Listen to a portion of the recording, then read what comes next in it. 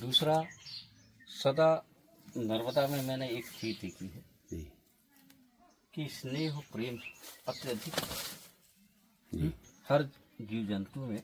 जी हर जीव जंतु ऐसे लगता है जैसे माँ का बालक हो। जी जी तीसरा, माँ की महिमा की मैंने आपसे कहा ना जी कि इसकी अद्भुत लीला है, इसका पार पाना ब्रह्मा विष्णु महेश के बस का नहीं, तो मेरे बस का कहाँ से होगा। जी महाराज जी, माता दी नर्मदे जय हार।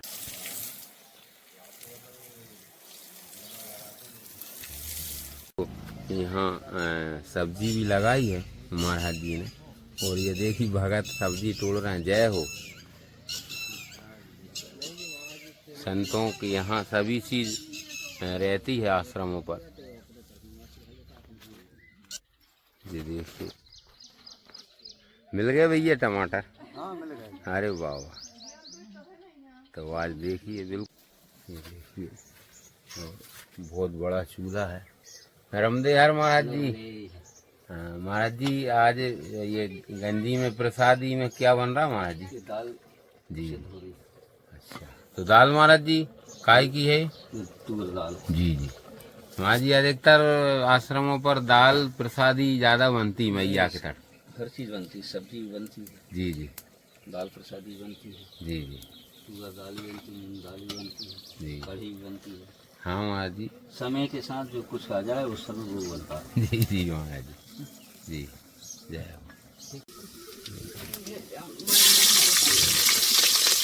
ये दाल में तड़का लग भी नहीं रहा है।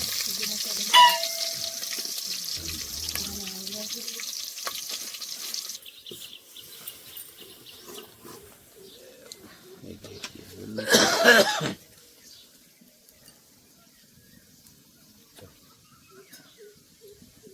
ऐसे संत भगवानों की प्रसादी बिल्कुल साधारण तरीके से ही तड़का लगता है।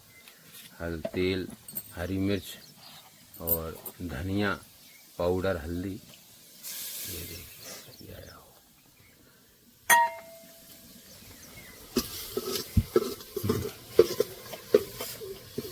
बस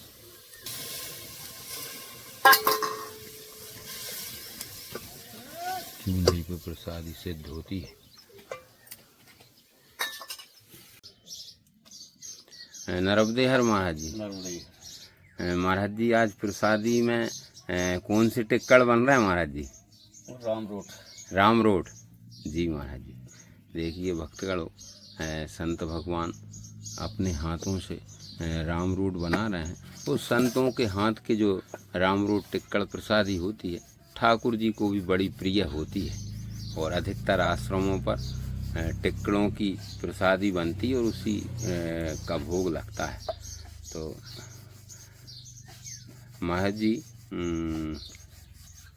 आप मैया के तट पर महाराज जी लगभग कितने वर्षों से माता रानी की कैसी कृपा महाराज जी, और मैया के तट का थोड़ा सा महत्व बताइए ना महाराज जी। क्योंकि संत भगवान अधिकतर हम देखते हैं बड़ी हिमालय और बड़ी बड़ी दूर से सभी संत भगवान मैया के तट पर पधार रहे हैं, और यहाँ पर अपना कुटी या आश्रम बनाकर साधना भजन पूजन कर रहे हैं।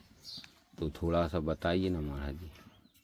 माँ भगवती की कृपा अनुपम है, इसकी गाथा तो कोई गा नहीं सकता है। जी जी दूसरा, मेरा जो भगवती किनारे एक तो जन्म भी हुआ है। जी जी जी जी जौलपुर ग्वारी घाट के पास में। जी जी महाराज जी।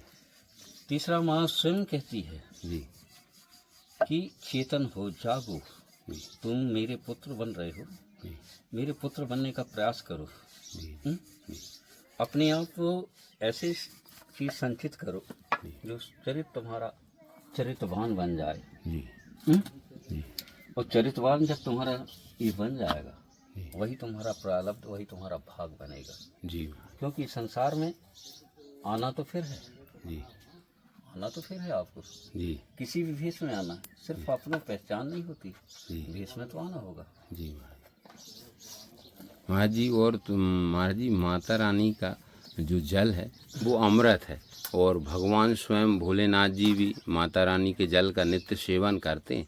तो माता रानी के जल के प्रभाव का थोड़ा सा भक्तों को मार्गदर्शन या कोई संदेश माँ दे। के जल में इतनी बड़ी अनुपम शक्ति है। जी जी एक चंबुकी शक्ति है जी जो दोनों विंध्याचल पर्वत और सतपुड़ा पर्वत से जी जल खींच के लाती है जी जी और अपनी जो स्थली है उसको पूरा करती है। जी तीसरा, वहाँ से जब ये चलती है जी तो अनेक प्रकार की औषधि की जो रस है जी जी वो उनके जल में आती है। जी और पवित्र जल तो भगवान शिव की इकला शक्ति है ये, जी जी जिसे अटल शक्ति भी कहते हैं। जी तो उनकी तपस्या का इस जो पुंज है जी तो उसकी महिमा के तो कोई गुणगान गा ही नहीं सकता। जी महाराज जी।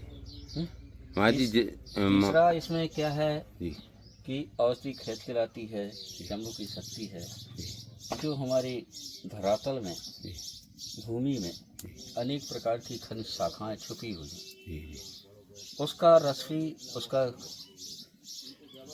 रस भी वो खींच के लाती है, एक औषधि बना देती है माँ अपने जल को जी और इतना पवित्र कर देती है। जी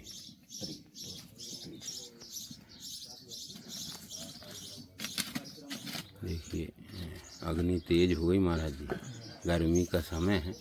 तो महाराज जी और ऐसा भी महाराज जी है कि माता रानी का जो जल है वो मनुष्य की, मानव की शरीर की प्रतिरोधक क्षमता भी बढ़ जाती महाराज जी यदि रोज सेवन करते हैं। ये माँ के श्रद्धा भक्ति जी अटूट विश्वास हो जी तो उसके जल में इतनी औषधि होने और इतनी बड़ी शक्ति है जी कि वो प्रसादी भी ना पाए जी तो 24 घंटा उसके जल से ही रह सकता है। जी तीसरा उसके क्या है कि औषधि के कारण उसका जो जल है जी हमें अनेक रोगों से मुक्त कर रखता है। जी जी महाराज जी थोड़ा सा महाराज जी जैसे अधिकतर सबको पता है कि माता रानी भगवान भोलेनाथ जी की पुत्री हैं, तो महाराज जी थोड़ा सा मैया की उत्पत्ति का विस्तार पूर्वक बताइए ना थोड़ा सा।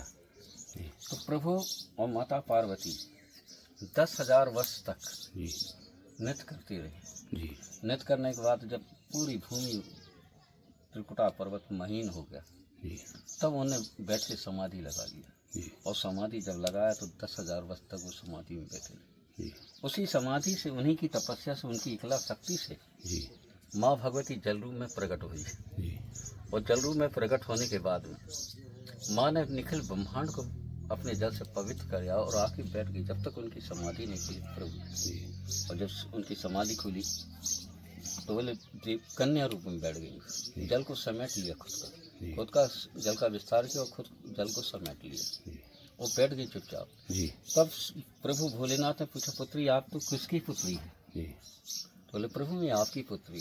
तो बोले वो कैसे?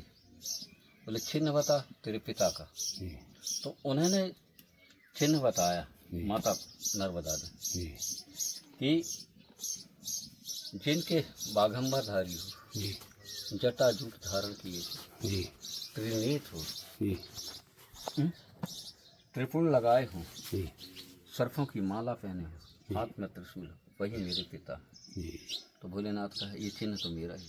जी तो ठीक, जब उन्हें उत्पत्ति हुई फिर उन्होंने भोलेनाथ ने उस देवी का नाम नर्मदा रख दिया। जी जी दूसरा नाम उनका रेवा, ऐसे 15 नाम हैं उनके। जी जी जी फिर माँ भगवती नर्मदा स्वयं तपस्विनी हो गई। जटा शंकरी नाम जिनका रखा गया, बागम्बधारी हो तपस्या करी और तपस्या करके जन कल्याण के लिए, विश्व कल्याण के लिए उन्होंने वरदान मांगा। जी जी महाराज वरदान मांगा वही उसी दिन से आज तक जी माँ नर्मदा सबका कल्याण कर रही है। जी माता जी को सभी भगवान भोलेनाथ जी सभी ने वरदान दिए हैं। सभी ने वरदान दिया। जी जी महाराज जी थोड़ा सा इस मानव जीवन जो मिलता है तो बड़े भाग्य से मिलता है। और मानव जीवन में संत भगवानों का सत्संग और मैया रेवा की कृपा कैसे प्राप्त करें, थोड़ा सा बताइए ना। गृहस्थ जीवन में रहते हुए अपने काम कार्य भी करते रहें और भगवान नर्मदा मैया की कृपा प्राप्त हो जाए। किसी भी देवी देवता की आराधना है, भगवती की आराधना या किसी संत की आराधना, जी तो आप अपने कार्य से कोई वंचित ना हो। जी पहले अपने घर का, अपने गृहस्थ का विकास करें। जी जी समय मिले जी तो आप स्वयं 5 मिनट का जो समय हो जी संतों का साथ सत्संग करो जी और उनसे ये अनुभूति लो, उनसे ये जिज्ञासा रखो। जब तक आप जिज्ञासा नहीं रखोगे जी तब तक संत आपको कोई भी मार्ग दिखाएगा नहीं। जी क्यों? आपके अंदर जिज्ञासा है नहीं, जी तो वो फिर बकेगा क्या, बकता क्या करेगा? जी हुँ? तो आपके अंदर कोई प्रश्न की जिज्ञासा होना चाहिए। जैसे एक बच्चे ने स्कूल में माँ साहब से पूछा जी कि माँ साहब, मेरी एक जिज्ञासा है, जी ये दीपक बुझता है जाता कहाँ है? जी ये दीपक बुझता है जाता कहाँ है? जी माँ साहब भी चुपचाप हो गए। जी अब उस प्रश्न का हल उत्तर उनके पास में नहीं था। जी तो उस बच्चे के जिज्ञासा को देखते हुए माँ साहब ने 15 दिन का समय लिया जी और उन्हें खोज की जी कि दीपक बुझता जाता कहाँ है। जी जब महाराज संतों के पास में गए, यहाँ वहाँ सब जगह गए, जी उन्हें उस प्रश्न का उत्तर नहीं मिला। जी तो एक फूला भाला मानव था, जी जिसे अनपढ़ कहो या कुछ भी कहो, जी माँ साहब ने छोटे बन के, जी अपने आप को छोटा बन के, जी और उस भोले से इंसान से पूछे कि दीपक बुझता कहाँ जाता है। तो वो सरल भाषा में कह दिया, जी दीपक बुझा ब्रह्म में चला गया, जी ब्रह्म में समाप्त। क्यों? अब दीपक का कोई आकार नहीं, दीपक का कोई घर घाव नहीं, तो वो ब्रह्म में लीन है। जी महाराज तो उस बच्चे की जो जिज्ञासा थी, उस जिज्ञासा को एक भोले से एक माँ साहब ने जाके एक छोटे से, जी जो अनपढ़ जैसे गंवार कहते हैं, जी उसने उनके ज्ञान दे के, तो कहने का तात्पर्य यह है संतों का कि कितना ही छोटा हो, यदि आप उसके अंदर से ज्ञान लेना चाहे, वो छोटा सा बच्चा, जी उसके आगे आप शरणागत होना पड़ेगा। जी तभी आपको, आपकी जिज्ञासाएं, आपका ज्ञान आपको प्राप्त हो पाएगा और आपको मार्ग मिल पाएगा। जी हाँ महाराज जी, ज्ञान तो कहीं से भी प्राप्त हो जाए तो और शास्त्र के हिसाब से महाराज जी बड़ा उसी को कहा गया जो जिसके पास ज्ञान है। देखो घाट के नाम से भी प्रसिद्ध है ये स्थान। तो महाराज जी आज भक्तगणों, श्री नर्मदा मैया के भक्तगणों, यदि वीडियो आपको अच्छा लगा हो तो कमेंट में नर्मदे हर ज़रूर लिखें और बताएं आप वीडियो कहाँ से देख रहे हैं, और चैनल को भी सब्सक्राइब करना ना भूलें। नर्मदे हर। महाराज जी मैया के तट से, और आप लगभग 35 साल से मैया के तट पर आप निवास कर रहे हैं और निरंतर भक्तों को मार्गदर्शन दे रहे हैं। मैया में साफ सफाई रखें, मैया को स्वच्छ रखें, और परिक्रमा वासियों की और अतिथियों की बड़ी सुंदर सेवा होती आपके आश्रम पर। हम भी रात में यहाँ आए थे तो महाराज जी का स्नेह और प्रेम, और महाराज जी ने बड़े प्रेम से हमको बिठाला, और लगभग 11 बज गए थे तो महाराज जी बोले भैया आप लोग यहीं रुक जाओ। तो हम महाराज जी ने हमें बड़े प्रेम से, और हम भी यहाँ रात्रि विश्राम किया है। ये शनि धाम है और श्री नारायण घाट बरिया घाट के नाम से भी प्रसिद्ध है, श्री श्री संदूक, और ये नरसिंहपुर जिला है, मध्य प्रदेश। तो साईंखेड़ा तहसील है।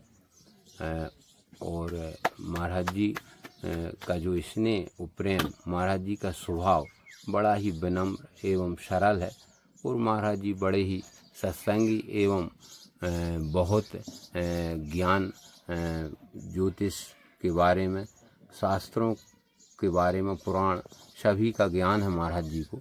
और बड़े दूर दूर से भक्त आते हैं, और महाराज जी सभी भक्तों की जो समस्याएं होती हैं वो जरा में ही अपने ज्ञान से, अपने अनुभव से दूर कर देते हैं। और सभी भक्त यहाँ महाराज जी से जुड़े हैं, आसपास के क्षेत्र के और दूर दूर के। तो महाराज जी जो मानव जीवन मिला है महाराज जी, तो मानव जीवन का महाराज जी थोड़ा सा बताइए ना, मुख्य उद्देश्य क्या है महाराज जी? मानव जीवन का उद्देश्य अपने लक्ष्य को प्राप्त करना, अपने ब्रह्म को प्राप्त करना, अपने ठाकुर जी को प्राप्त करना। जी जी जी जिसे भी आप अपना इष्ट बनाते उसे प्राप्त करना। जी जी दूसरे अपने परिवार का विकास करना जी अपने परिवार का जो लक्ष्य है उसे पूर्ण करना जी और आध्यात्मिक विषय के अंदर जी निकलना।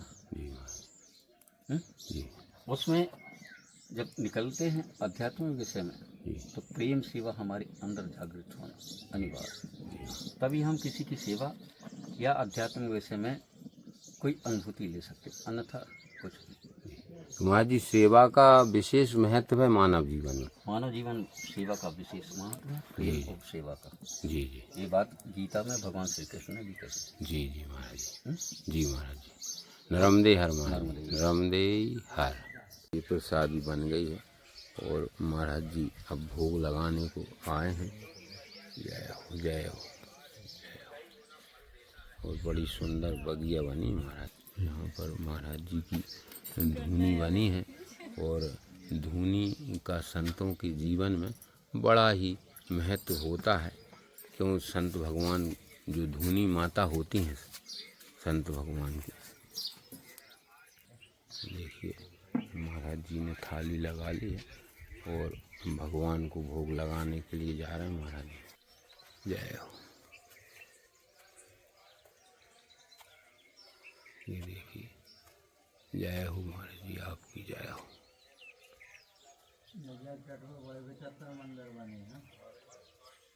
ये देखो महाराज जी के साथ बिल्ली चल रही है।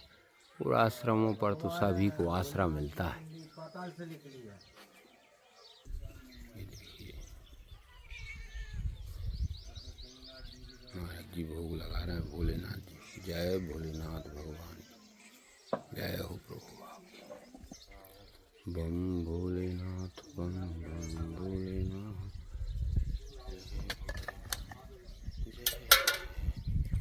जय हो प्रभु, जय भोलेनाथ भगवान की, संत भगवान की जय हो। शनि महाराज आपकी जय। ओम शम शनि। जय हो शनि महाराज, जय हो प्रभु आपकी जय हो। जय हो, जय हो प्रभु आपकी जय हो।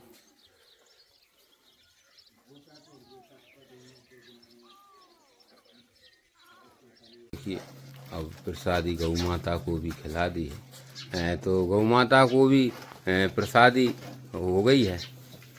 ये देखिए, जय हो गौ माता। देखिए बिल्कुल यहीं पर महाराज जी भोजन प्रसादी कर रहे हैं। वो बिल्कुल अपने ही सामने भक्तों की पत्तल लगवाई हैं। ऐसा हृदय रहता है संत भगवान का, क्योंकि सभी को प्रसादी मिले ऐसा ध्येय रहता है। और बड़े प्रेम से और आनंद से आश्रमों पर प्रसादी मिलती है। और भगवान नर्मदा मैया को, ठाकुर जी को भोग लगता है तो ये महाप्रसाद बन जाता है। ये देखिए सबकी पत्तल लग रही हैं और महाराज जी भी बिल्कुल सामने बैठ के भोजन ग्रहण कर रहे हैं। और महाराज जी ने कहा बिल्कुल यहीं सामने लगा लो सभी भक्तों की। नर्मदे हर।